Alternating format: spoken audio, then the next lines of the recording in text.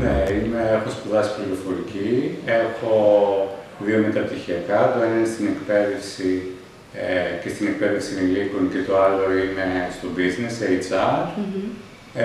Είμαι εκπαιδευτής εδώ και 20 χρόνια περίπου. Είμαι διορισμένος στη δευτεροβάθμια εκπαίδευση γυμνάσιο και διδάσκω κυρίως πληροφορική, βασικές δεξιότητες και κάποια business κομμάτια, e-commerce, marketing, τέτοια πράγματα.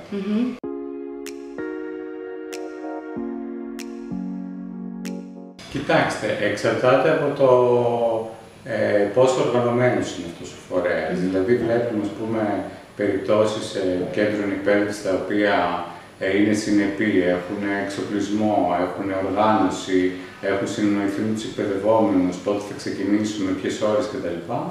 Και υπάρχουν και κάποιες περιπτώσεις, δεν αναφέρομαι σε εσάς, που είναι λίγο τα πράγματα φλού, μπαίνουν και βγαίνουν άτομα στο τμήμα, κάποιοι διαφωνούν με τις ώρες, δεν υπάρχει καλή οργάνωση, οπότε χρειάζεται αρκετή βελτίωση σε αυτό. Έχει να κάνει δηλαδή με την οργάνωση του ίδιου του φορέα.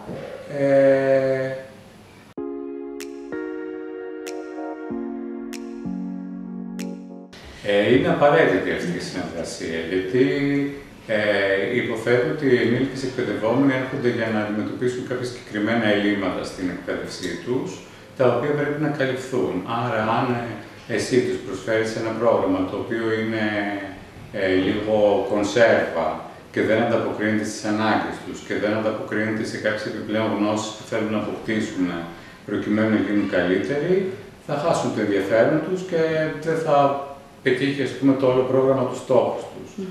Άρα, γενικότερα, είναι καλό να υπάρχει μια συνεργασία, γιατί και για εμάς τους εκπαιδευτές, γιατί και εμείς, ας πούμε, μερικές φορές έχουμε την τάση να είμαστε λίγο στο βάθρο μας, στη γνώση μας και να περιοριζόμαστε σε αυτήν και μερικές φορές να αγνοούμε τι συμβαίνει στον ευρύτερο κόσμο, δηλαδή τι ζητάνε οι επιχειρήσεις, ποιο πρόγραμμα, ας πούμε, επεξεργασίας βίντεο χρησιμοποιούν, ας πούμε, οι γραφίστες σε αυτή την εποχή.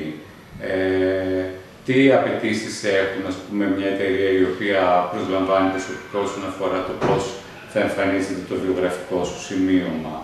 Αυτά τα πράγματα μπορούμε εμείς να τα δούμε βέβαια και online, αλλά είναι καλό να συνεργαζόμαστε και με τους ίδιους επαγγελματίες του κλάδου.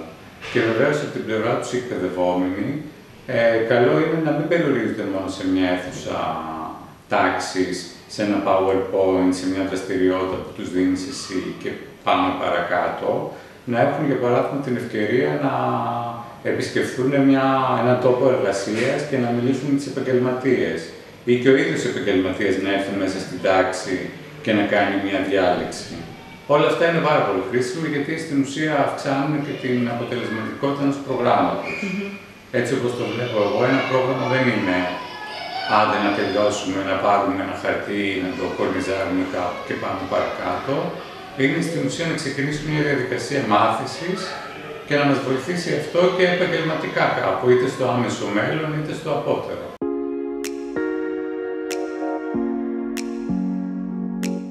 Αναφέρετε και πριν κάποιες. Ναι, νομίζω ότι μία πρόκληση, ας πούμε, είναι στην κατασκευή του εκπαιδευτικού υλικού.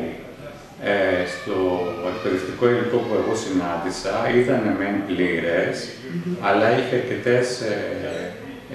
αρκετά μειονεκτήματα όσον αφορά την οργάνωσή του. Έβλεπες δηλαδή πολλές ενότητες, πράγματα που επαναλαμβάνονταν, ενώ στην ουσία δεν θα χρειαζόταν αυτό.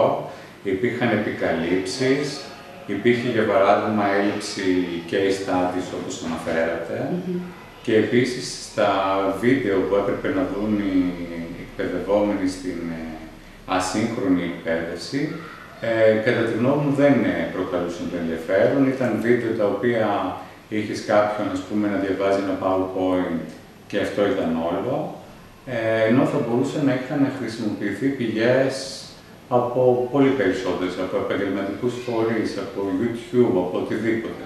Αυτό βέβαια το κάναμε εμείς για να κάνουμε το μάθημα πιο ενδιαφέρον, αλλά από εκεί και πέρα εμείς, ας πούμε, μπορούμε να βρούμε ένα 5% από το τι υπάρχει εκεί έξω.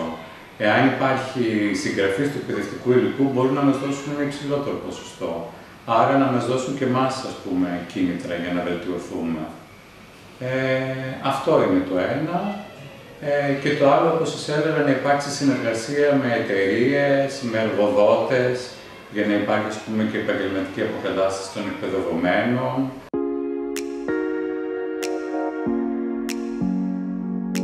Πώς μπορούμε να τους... Ναι, ένας τρόπος είναι, αφού πάρεις, ας πούμε, την πιστοποίηση, να υπάρχει ένα follow-up και από το εκπαιδευτικό κέντρο.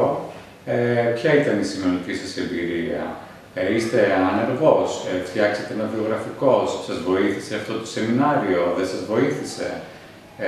Πώς φτιάξατε, ας πούμε, ποιες άλλες ενέργειες κάνατε εκ των υστέρων?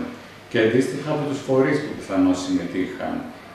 Είχατε, ας πούμε, κάποιους αποφύτους μας οι οποίοι να σας προσέξαν για δουλειά, προσελήφθησαν κάποιοι, υπήρχε κάποιο πρόγραμμα, ας πούμε, μαθητείας? Γιατί αν υποθέσουμε ότι θέλουμε να καταπολεμήσουμε, ας πούμε, τον αναλφαβητισμό, τον ψηφιακό, ένα ζητούμενο είναι αν χρησιμοποιώ αυτές τις γνώσεις που έμαθα και μετά. Επομένως, πρέπει να υπάρχει ένα κίνητρο για να πάει ο άλλος να ψάξει, ας πούμε, περισσότερο στις δυνατότητες που έχει αυτό το πρόγραμμα που σας λέω, επεξεργασίας βίντεο, έτσι, προκειμένου να ανακαλύψει και τις επόμενες δυνατότητες. Και ίσως στο πρόγραμμα μιας υποτιθέμενης μαθητείας να μπορεί να υπάρξει και μια επιδότηση του αποφύτου, ώστε και η εταιρεία να έχει κίνητρο για να τον προσλάβει, γιατί κακά τα ψέματα, μια εταιρεία θέλει κάποιον ο οποίος να μπορεί να κάνει τη δουλειά από το πρώτο λεπτό. Εάν κάποιος ξεκινάει τώρα, συνήθως δεν έχει αυτό το κίνητρο να τον προσλάβει, οπότε ας του δώσουμε ένα οικονομικό κίνητρο, ώστε να αποδεχθεί το ότι τους πρώτους, ας πούμε, 2 μήνες ο άλλος δεν θα είναι παραγωγικός, αλλά στην ουσία θα τον φέρει με εκπαίδευση κτλ. Στο σημείο που θέλει, ώστε τελικά αυτός ο άνθρωπος να είναι παραγωγικός.